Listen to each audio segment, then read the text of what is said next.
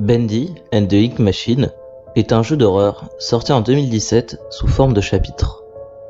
Il a un succès phénoménal et est même selon IGN le meilleur jeu d'horreur de 2017.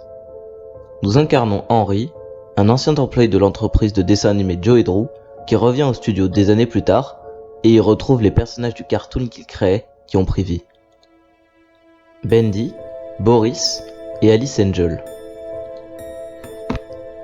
Les employés semblent être devenus des monstres faits d'encre et vous sont hostiles.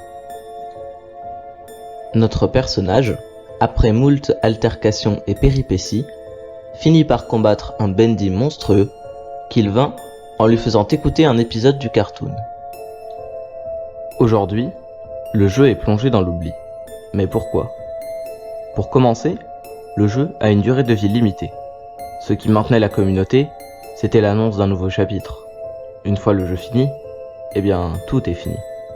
De plus, une suite était prévue pour 2019.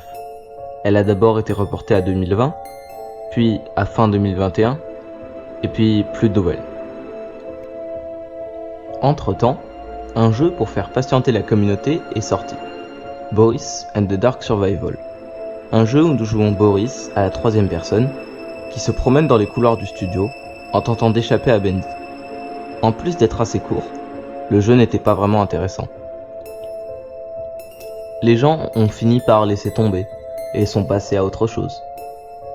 Pour finir, le jeu, en dehors de ses graphismes originaux et de son ambiance, est plutôt vide en termes de gameplay. Il est comme tant d'autres avant lui un walking simulator. Aujourd'hui, ce jeu est une relique d'un ancien temps, et même si certaines personnes aiment toujours le jeu, il ne reste que des miettes de son succès passé.